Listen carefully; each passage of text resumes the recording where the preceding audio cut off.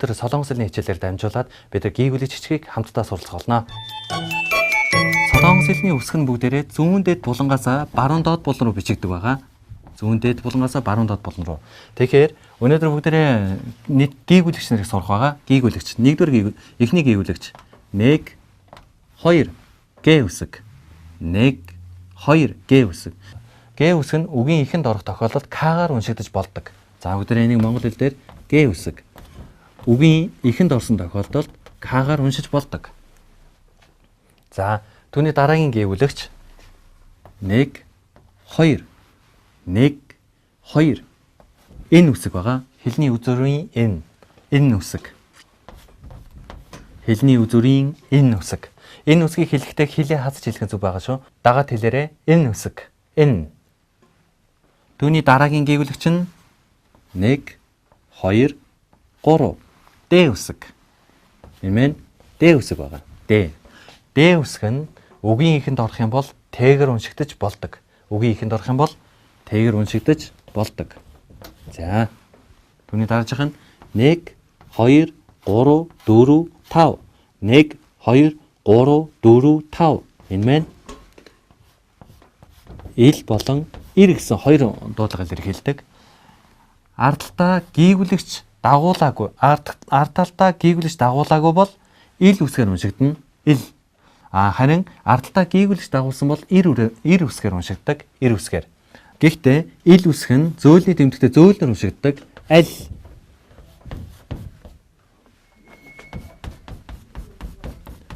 Аль мал гэж байгаа бол энэ ил нь биш байгаа. Харин энэ нь үүний ил байгаа. Зөөлний тэмдэгтээ ил. Ардталтаа их шиг агуулсан бол ирээр уншигддаг. Ардаа их шиг агуулсан бол ирээр уншигддаг байна. Түүний дараагийн гийгүүлэгч бүгдээр харъя. Түүний дараагийн гийгүүлэгч нь 1 2 3 4 М үсэг байгаа. Монгол хэлний М үсэг. М. Түүний дараагийнх 1 2 3 4 Мэн болохоор Б үсэг байгаа. Б.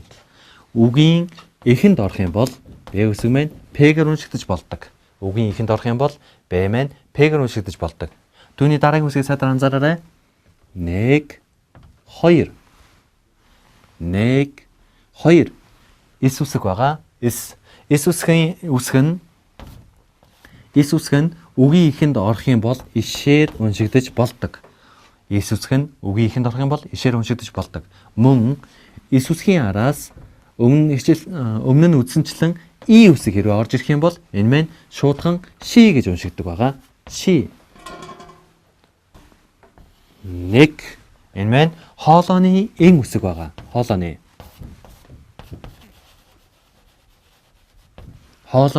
эн үсэг. Дагаад хэлээрээ эн үсэг. Хоолойноос дуусч байгаа эн. Бидний түрүүн үдсэн маань болохоор 1 2 энэ маань болохоор хэлний үзүүрийн эн үсэг байгаа. Эн. Харин энэ маань хоолойны эн үсэг байгаа. Дагаад хэлээрээ эн. За түүний дараагаар бүгдээрээ дараагийн үсэг 1 2 3 Ж үсэг байгаа. 1 2 3 Ж үсэг. Ж. Ж үсэг маань үгийн ихэнд орох юм бол Ч-гээр уншигдаж болдог. За бүгдээрээ харцгаая.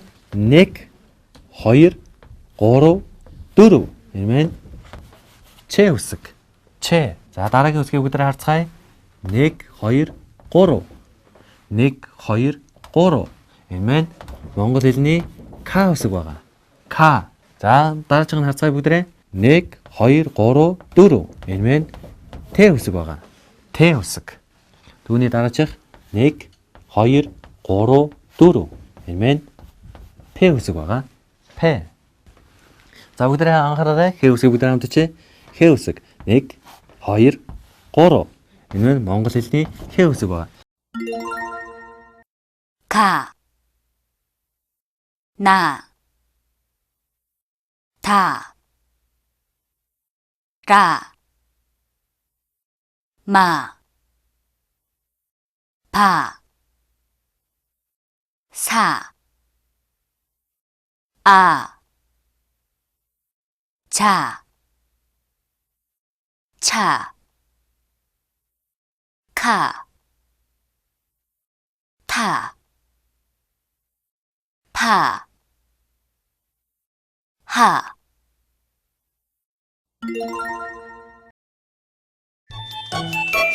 Бид нар Солонгос хэлний гийгүүлэгчнийг сая үзээд дууссан байна. Гийгүүлэгч үсэг. За тэгэхээр үргэлжлүүлээд бүгд хамтаа хэрхэн бичигддэг вэ? Солонгос хэлний бичиглэл нь ямар байдаг талаар хамт үзье. Солонгос хэлний их шиг 10 их шиг маань дотор 2 хэсэг хуваагддаг. За тийм харах юм бол А Я О Я И гэсэн 5 их шиг байна. За үүний хажууд О Ё У Ю У гэсэн Солонгос хэлний их шигийг дотор нь 2 ангилж болдог. Энэ маань хэрхэн ангилж байна вэ гэхээр босоо их шиг. Босоо их шиг. Энэ босоо их шигийг би та бүхэнд дуудаж өгье. А Я О Ё И үсгэд байгаа. Эдгээр маань босоо их шиг. Тэгвэл О Ё У Ю өсгүүд нь хэвтэй их шиг байгаа. Хэвтэй их шиг. Тэгэхээр босоо ихшгүүд нь гийгүүлэгчийн баруун талдаа бичигддэг. Босоо ихшгүүд нь гийгүүлэгчийн баруун талд бичигддэг. За бүгд анзаараарай. Би Г үсэг бичье. 1 2 Г үсэг. Босоо ихшгүүд нь гийгүүлэгчийн баруун талдаа бичигддэг учраас баруун талд нь бичье. Г А. За тэгээд унших юм бол Г А га. Г А га. Тэгвэл дараагийн яа үсгийг бүгд бичиж үзье. 1 2 3 энэ маань эн яа буюу ня болж байна. Эн яа буюу ня болж байна. За тэгвэл Солонгос хэлний хэвтэй ихшгүүд маань О, Ё, У, Ю, Ö гэсэн эдгээр хэвтэй ихшгүүд маань гийгүүлэгчийнхаа доор бичигддэг байгаа. Гийгүүлэгчийн доор бичигддэг. За бүгд харцгаая. Д үсэг бичлээ би. Д. Тэгээд 1 2 дуу 1 2 дуу. За тэгвэл юу үсгийг бичиж үзье. Гийгүүлэгчийг хэвтэй ихшигтэй хамтд нь бичиж үзье.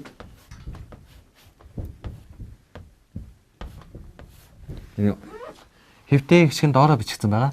Дё, дуу, дё, га, ня гэх мэтлэн ингэж бичигддэг байгаа. Босоо ихшгүүд нь гийгүүлэгчийн баруун талд, хэвтэй ихшгүүд нь гийгүүлэгчийн доор бичигддэг байна. 가, 갸, 거, 겨, 고, 교, 구, 규, 그, 기. Солонгос үсгүүдийн бичгэд эхний 2 байрлал байсан байгаа. 1 2 1 2 гэсэн байрлалаар дөнгөж сая үзлээ. Тэгээд арах юм бол гийгүүлэгч бичигдлээ, босоо ихшиг бичигдлээ. За тэгвэл түүний дарааж байгаа нь гийгүүлэгч бичигдлээ, хэвтэй ихшиг бичигдсэн гэх нэг ийм тохиол байдаг. Үүний дараагийн өөр нэгэн тохиолыг бид харцгаая. Үүний дараагийн тохиол нь 1 2 3 гэсэн тохиол байна. 1 2 3 гэсэн. За 1 2 3 энэ тохиолыг бүгд харцгаая. За энийг уншия. 1 2 3 гэж унших нь шүү дээ. Г А ин кан. Г үсэг мэн үгийн ихэнд орсон тохиолдолд К-гаар уншигдаж болдог гэсэн дүрмийн дагуу нийлээд Г А ин кан. Гол гэсэн утгатай байгаа. Гол горх гэсэн утгатай байна. За дараагийн үгийг энэ жишээг харцгаая.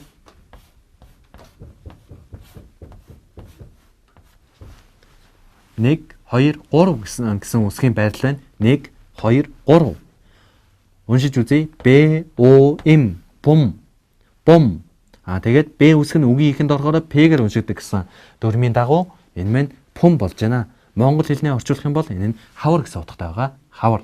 Солонгос хэлний үсгийн байрлал маань араасаа үе үеэр нь ороод тэгээд цаашаа үргэлжилж байгаа. За одоо харах юм бол 1 Б А та.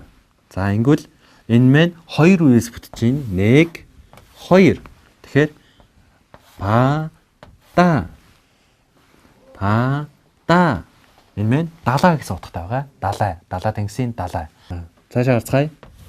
Га Каөл намар гэсэн утгатай байгаа. Каөл намар. 가을, 가을, намар. Тэгэхээр эндээс анзаарах юм бол гэ, а. Тэгэд энэ мэн түрүүнд бид нар гийгүүлэгч буюу угийн энэ үсэг гэж үзсэн шүү дээ. Гэхдээ гийгүүл энэ игшхийн өмнө угийн энэ үсэг орсон байвал дуудлага илэрхийлдэггүй байгаа. Дуудлага илэрхийлдэггүй. За бүгдээр дахиад уншия. 가을, 가을. За үргэлжлүүлээд өөр нэг жишээн дээр бүгдээ жишээ авч үзье.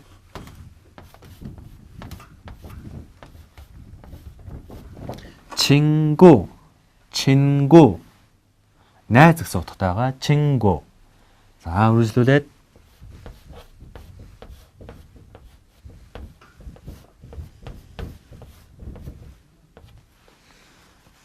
бүгдээ дагаад уншаарай.